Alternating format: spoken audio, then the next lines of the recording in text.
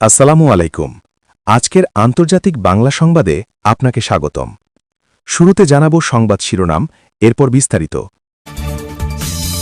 যুক্তরাষ্ট্রের ডলার কারসাজিতে কি ইরানে রক্তক্ষয়ী বিক্ষোভ হয়েছিল?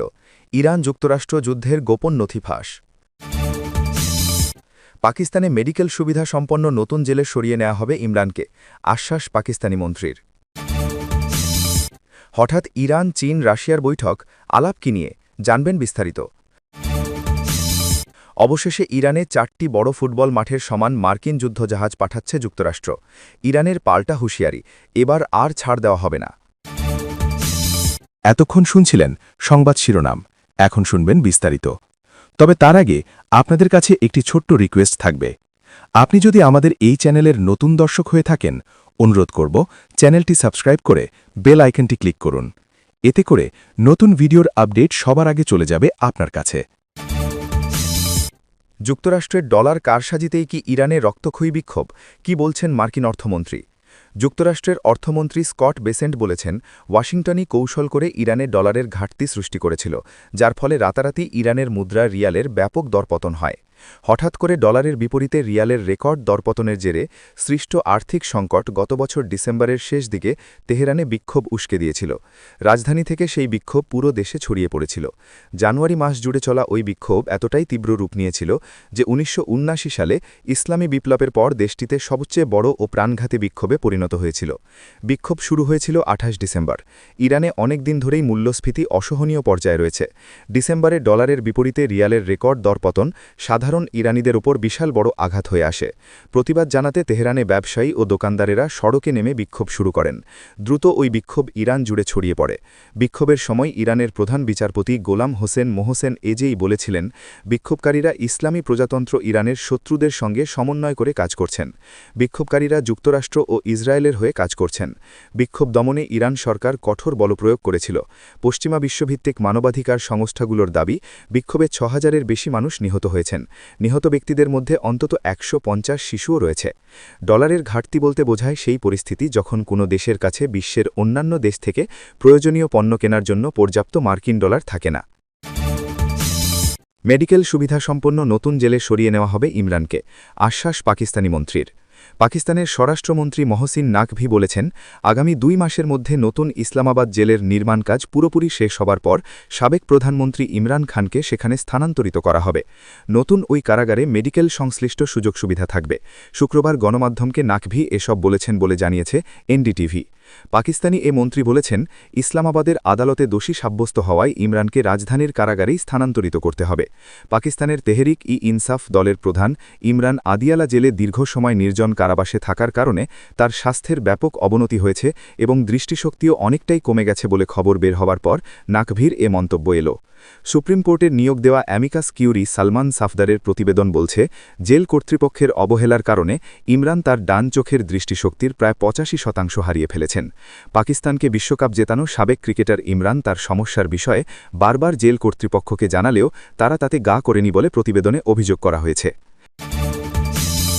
ইরান, রাশিয়া ও চীনের বৈঠক, আলাপ কি নিয়ে জানবেন বিস্তারিত।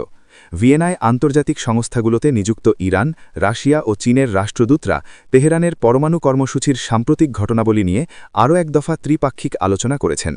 রাশিয়ান প্রতিনিধি মিখাইল উলিয়ানভ সামাজিক যোগাযোগ মাধ্যম এক্সে এই বৈঠকের বিষয়টি নিশ্চিত করে জানান, ইরানকে কেন্দ্র করে উদ্ভূত বিভিন্ন ইস্যুতে 3 দেশ নিয়মিত পরামর্শ চালিয়ে যাচ্ছে।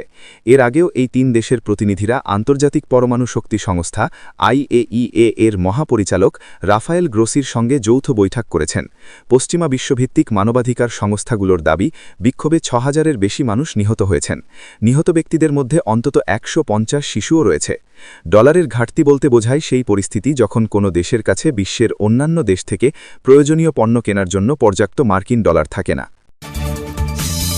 4টি ফুটবল মাঠের সমান মার্কিন যুদ্ধজাহাজ যাচ্ছে ইরানের দিকে।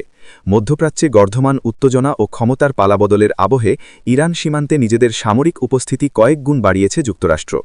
বিশ্ব রাজনীতিতে নিজেদের আধিপত্য বজায় রাখতে এবার ক্যারিবিয়ান সাগর থেকে বিশ্বের বৃহত্তম বিমানবাহী রণতরী USS জেরাল্ড আর ফোর্ডকে সরাসরি মধ্যপ্রাচ্যের জলসীমায় মোতায়েন করার নির্দেশ দিয়েছেন মার্কিন প্রেসিডেন্ট ডোনাল্ড ট্রাম্প।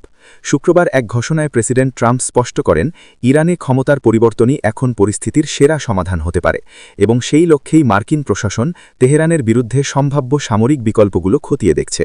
পারস্য উপসাগরে ইতোমধ্যে মোতায়েন থাকা ইউএসএস আব্রাহাম লিঙ্কনের সঙ্গে যোগ দিতে জেরাল্ড আর ফোর্ড বর্তমানে দ্রুত গতিতে গন্তব্যের দিকে এগিয়ে চলেছে। এটি সেখানে পৌঁছতে অন্তত এক সপ্তাহ সময় নিতে পারে। বিশালাকার এই রণতরীটি আধুনিক নৌ প্রকৌশলের এক বিস্ময়। প্রায় ৩৩৭ মিটার দীর্ঘ এই জাহাজটিকে এর বিশাল আকৃতির কারণে সমুদ্রের বুকে ভাসমান 4টি ফুটবল মাঠ হিসেবে অভিহিত করা হয়। ২০১৭ সালে কমিশন লাভ করা এই জাহাজটি মূলত একটি স্বয়ংসম্পূর্ণ নৌ শহর হিসেবে কাজ করে। এর ভেতরে ৪,৫০০-এরও বেশি সেনার থাকা, খাওয়া, চিকিৎসা এবং দৈনন্দিন জীবনের সব সুযোগ সুবিধা বিদ্যমান। পারমাণবিক শক্তিচালিত এই রণতরীর সবচেয়ে বড় বৈশিষ্ট্য হল এর অফুরন্ত শক্তি।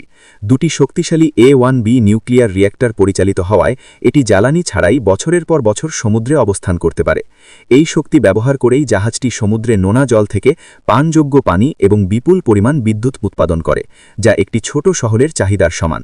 প্রতিরক্ষা বিশেষজ্ঞদের মতে জেরাল্ড আর ফোর্ডের মূল শক্তি হল এর উন্নত বিমান উড্ডয়ন ও অবতরণ প্রযুক্তি। পুরনো আমলের স্টিম ক্যাটাপোল্টের বদলে এটিতে ব্যবহার করা হয়েছে অত্যাধুনিক ইলেকট্রোম্যাগনেটিক এয়ারক্রাফট লঞ্চ সিস্টেম।